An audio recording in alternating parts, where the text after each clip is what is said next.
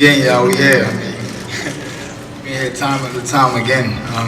But this is truly one fight that I've never thought that we would be on the other side of the corners. It's just so long, so much history. You know, it's one of those things that, you know, I lost my last fight here at Barclay. Paulie lost his last fight here at the Barclay. You know, that didn't mean anything. We still two dynamite fighters. You know, our numbers speaks for itself. You know what I'm saying? Our skills speaks for itself. You know what I'm saying? This is why, you know, you got Steven and Brett. These guys like, come on, we need this type of fight to happen and show to just distinguish out the whole division about, you know what I'm saying, who gonna stand up and who gonna stand down. And then the winner move on, the loser, you know, he'll do what he's doing, just whatever happens. You know what I'm saying? But December 7th, y'all, we coming to bring the fireworks, you know what I'm saying? You know, like I told y'all over and over again, I've known Paulie for a long time. I've watched him grow throughout the years. Always very proud of him because he always represented, you know, that BK, you know what I'm saying? So always very proud of him and always stood by his side. And, you know, just December 7th, you're going to see a great boxing fight. That's it. You're going to see some of the fastest hands in the world. We probably gonna break the jab count. I think so, because he throws a lot of jabs, and I throw a lot of jabs too. So, you know, I think, you know, we're gonna get a entertaining, you know, good defense, a good classy act of boxing that night, guys. And just get ready for it, guys. December 7th, we here.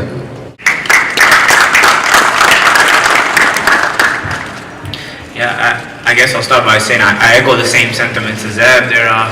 All the years I know him, I've been around him for a long time. I never expected to be across the ring from him, but, you know, we got to give Brooklyn what Brooklyn wants, you know? So it starts there.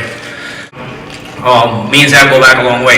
I can remember, I told Lem Satterfield from Ring Magazine over the weekend, I remember Zab working on my corner. You remember that fight, man? I don't think you remember, man. 99 Empire State Games.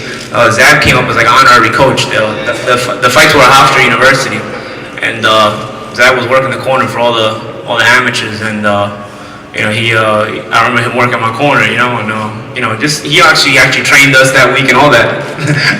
Well, I didn't win the whole tournament, but we got to the semis. But some of us won. I think New York City won the team trophy. But you know, Zab was kind of like the honorary coach, so he's working with us all week and stuff like that. So again, I mean, it goes back to even before I was a pro.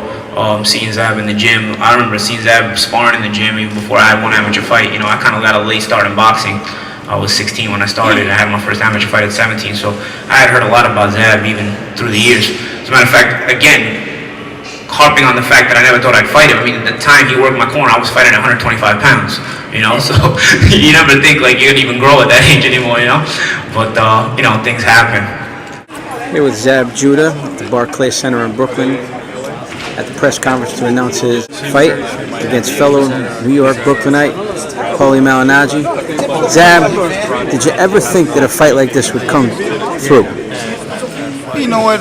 In the beginning, when the fight was happening, there was a lot of hearsay and stuff, and he said that the fight wouldn't happen. So you know, I was like, if it happens, it happens. If it don't, it don't. You know, I know Paulie, so it's no big animosity. There's no big, you know, rush to be like, let me get in with Paulie. You know what I'm saying? But it's a good situation. You know what I mean? But it happened. We here now. December 7th. You know what I'm saying? You know, Judah versus Malinaggi. You know what I'm saying? Vincent Hurst versus Brownsville. You know what I'm saying? We just me and Paulie made a bet that at the end of the day, the winner gonna give the loser the jersey. You know what I mean? So I'm looking forward to putting Paulie in the Brownsville jersey, and just, you know what I'm saying, just keep it like that. This brings back memories to like the 50s and the 60s, where Brooklyn fights, you had the neighborhood guys, they made it to that elite level, they still kept it locally. And now you have this venue, the Barclays Center has taken place as, I mean, this place is a huge pillar in boxing right now. Did you ever think as kids you guys would be fighting at a super venue like this amongst each other in Brooklyn? Nah, you gotta remember, as a kid, this place was the train tracks. This should be the train tracks right here. Like, this was nothing. So, you know, we roll past it every day because this is the downtown Brooklyn. But it was nothing here, so you never had a vision to be like, the biggest thing we had was Madison Square Garden or the Felt Foam, you know what I'm saying? And I had a lot of big fights. Actually, today I still hold the arena for me and Cotto, you know what I'm saying? That was the largest. I was there at that fight, The largest. They had to open up the top mezzanine, you know what I'm saying? First time in years. So we hold a number record in there, and now it's a blessing to be able to say, for a venue of a boxing fight, Zab Judah and Danny Garcia holds the Barclay record.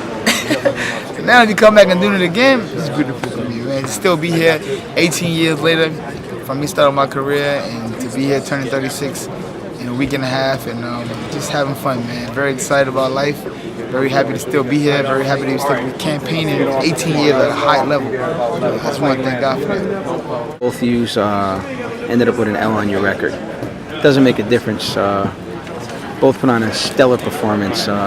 You against Danny Garcia, who's moved on to some pretty huge heights in his last fight, and Paulie did well against some who considered the next star of the sport. It's only proper that both of you come back to a venue like this in Brooklyn. Now, the thing that I have to ask though is, in this arena, both of you seem like something came out of you more so than any other time in your careers.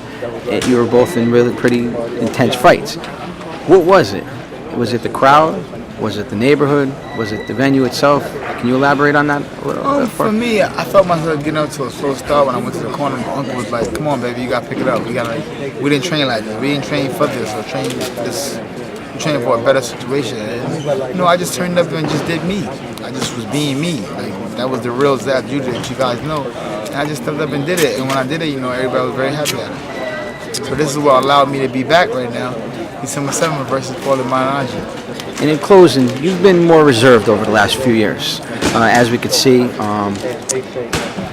when you're a little irritated, you let him know, obviously, in that Garcia fight. You let him know how you felt when the father came at you with this, I don't want to call it aggressive behavior, but kind of belittle you in front of your hometown audience. You said what was on your mind, and Zab came out.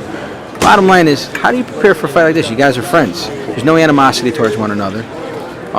Is it just business as usual, just a boxing match, or how do you get heated for a situation like this? It's the opportunity. You gotta understand. My last fight, I was stuck in the basement. I couldn't come up to my own press conference because they thought this kid is uncontrollable. You know what I'm saying? Now, a couple of months later, I turn around and now we're a family. Now Golden Boy is with Super Judo Promotions. We're all signed together, fighting on Showtime back at the Barclay Arena. You know what I'm saying? Like, this is phenomenal.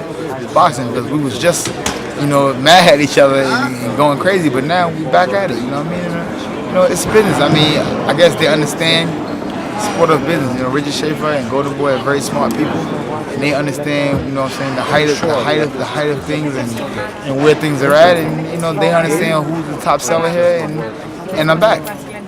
Well, we wish you a lot of luck in December, and we look to see the fireworks that night.